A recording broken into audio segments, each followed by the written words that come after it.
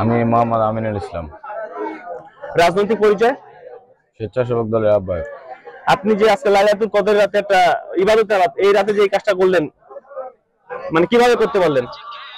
কারণ আমরা তো চালটা বাসায় নিয়ে যাবো, এই জন্য তো চালটা গাড়িতে উঠেছি। এই কাজের সঙ্গে কারা কারা জড়িত, একটু বিস্তারিত বলেন। এই কাজের সাথে অদূর চাচা আছে, কামাল আছে, সুলতান আছে। আর কেউ? আর কেউ নেই। এখন চালটা হচ্ছে দেখেন সরকারি চাল, এটা অবশ্যই স্টক থাকবে হয় গুদানে নালে ইউনিয়ন পরিষদে। এই চালটা যেহেতু বাঁচে গেছে, আপনি যেহেতু বলতেছেন যে বেঁচে গেছে সেজন্য আমি বাসায় নিয়ে যাচ্ছিলাম, বাট আপনাকে বাসায় নিয়ে যাওয়ার মানে অনুমতি কে দিল? অনুমতি কেউ দেয়নি। আপনি নিয়ে গেলেন কেন? নিতে যাচ্ছিলেন মানে নিতে আসলেন কেন? আমরা আসছিলাম নিতে আর কি। না না, আপনি তো একটা চাল এখানে হয় যেহেতু সরকারি চাল হয় এখানে পরে থাকবে, যদি বেঁচে থাকে হয় পরে থাকবে, আপনি তো নিয়ে যেতে পারেন না। আপনি নিয়ে মানে আমি বলতেছি কি আপনি কারো ইন্ধনে নিতে আসলেন না।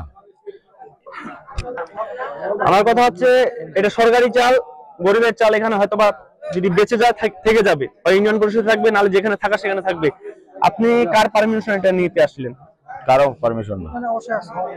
অবশ্যই তো ইন্ধন আছে।